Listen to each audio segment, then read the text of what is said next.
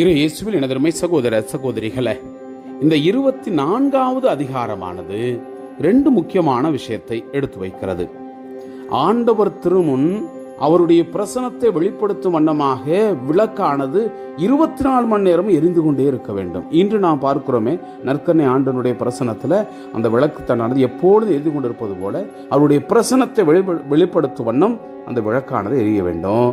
அதே மாதிரி அவருக்கான அந்த அப்பங்களை படைக்கக்கூடிய அந்த தன்மையையும் அவர் எடுத்து வைக்கிறார்.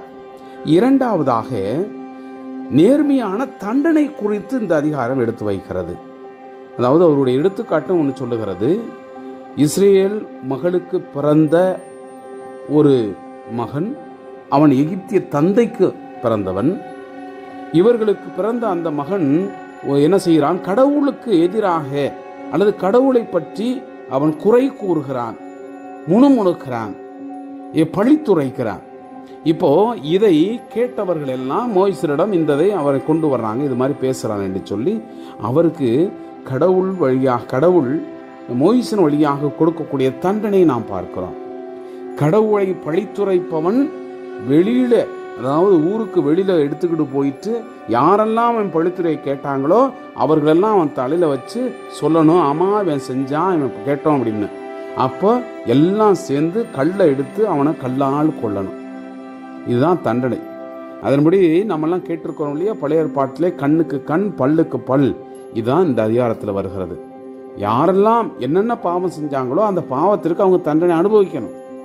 இல்லாட்டி கடவுளுக்கு எதிராக பழித்துறையும் கொல்லப்படணும், மனிதனை கொள்பவனும் கொல்லப்படணும் என்ற எல்லா விவரத்தையும் இந்த அதிகாரம் எடுத்து வைக்கிறது. நினைத்து பார்ப்ப அன்புக்குரியவர்களே, இது ஒழுக்கத்தினுடைய உச்சக்கட்டமாக இருக்கிறது. இப்படித்தான் வாழணும் என்ற தன்மையை வெளிக்கொணர்கிறது. நம்முடைய வாழ்க்கையில இந்த எண்ண ஓட்டங்கள் எல்லாம் நம்மை பக்குவப்படுத்துகிறதா, நம்முடைய ஒழுக்க நெறிகள் எங்கு இருக்கிறது என்ற அந்த நல்ல எண்ணத்தோடு இந்த அதிகாரத்திற்கு நாம் செவிமடுப்போம். ஆண்டவர் மோசேயிடம் கூறியது, எப்போதும் குத்து விளக்கு எரிந்து கொண்டிருக்க தெளிவான ஒளிவ எண்ணெயை உன்னிடம் கொண்டு வர இஸ்ரேல் மக்களுக்கு கட்டளையிடு. சந்திப்பு கூடாரத்தில் உடன்படிக்கை திரைக்கு வெளியே மாலை முதல் காலை வரை எப்போதும் அது ஆண்டவருக்கு முன் எரிந்து கொண்டிருக்க வேண்டும். இது உங்கள் வழிமரபினருக்கு என்றும் உள்ள நியமமாகும். ஆண்டவர் திருமுன் இருக்கும் பசும்பொன் குத்துவிளக்கு தண்டின் மேலிருந்து கிளை விளக்குகளை எப்பொழுதும் எரியவிட வேண்டும். 20 படி அளவுள்ள மரக்காலில் 10 பங்கு மிருதுவான மாவில் செய்யப்பட்ட 12 அப்பங்களை சுட்டு அவற்றை நீ ஆண்டவர் திருமுன் பசும்பொன் மேசையில் அடுக்குமாறு 6 வீதம் 2 அடுக்காக வைக்க வேண்டும். அவற்றின் மேல் வாசனை பொடி தூவ வேண்டும். அது அப்பத்திற்கு மாற்றான நெருப்பு பலி. இது என்றும் உள்ள உடன்படிக்கை. இதை இஸ்ரேல் மக்களிடமிருந்து பெற்று ஓய்வு நாள் தோறும் ஆண்டவரின் திருமுன் அடுக்கி வைக்க வேண்டும். அது ஆரோனுக்கும் அவன் மைந்தருக்கும் உரியது. அதை தூயகத்திலேயே உண்ண வேண்டும், ஏனெனில் அது தூயகத்தின் தூயது.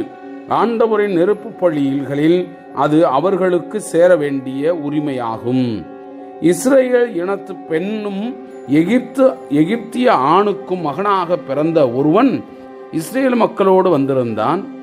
அவனுக்கும் இஸ்ரேல் ஆண் ஒருவனுக்கும் பாளையத்தில் சண்டை ஏற்பட்டது. இஸ்ரேல் பெண்ணின் மகன் ஆண்டவரின் திருப்பெயரை இகழ்ந்தான். எனவே அவனை மோசேயிடம் கொண்டு வந்தனர். அவன் தாயின் பெயர் செலோமித்து, தான் குலத்தை சார்ந்த திப்ரியின் மகள். ஆண்டவரின் திருவுளம் அவர்களுக்கு வெளிப்படுத்தும் வரை அவனை காவலில் வைத்தனர்.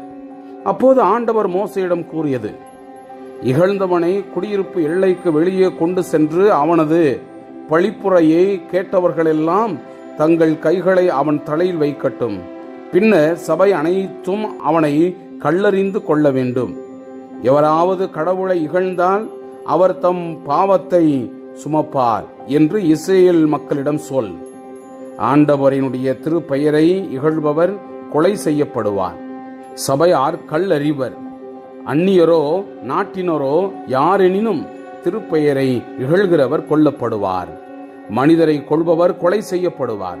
விலங்குகளை கொள்பவர் விலங்குக்கு விலங்கு திரும்ப கொடுக்க வேண்டும். தமக்கு அடுத்திருப்பவருக்கு காயம் விளைவித்தால் அவருக்கும் அப்படியே செய்யப்படும். முறிப்புக்கு முறிப்பு, கண்ணுக்கு கண், பல்லுக்கு பல், இது போன்ற காயம் விளைவித்தவருக்கும் செய்யப்படும். விலங்கை கொன்றால் பதிலாக கொடுக்க வேண்டும். மனிதரை கொன்றால் கொலை செய்யப்பட வேண்டும்.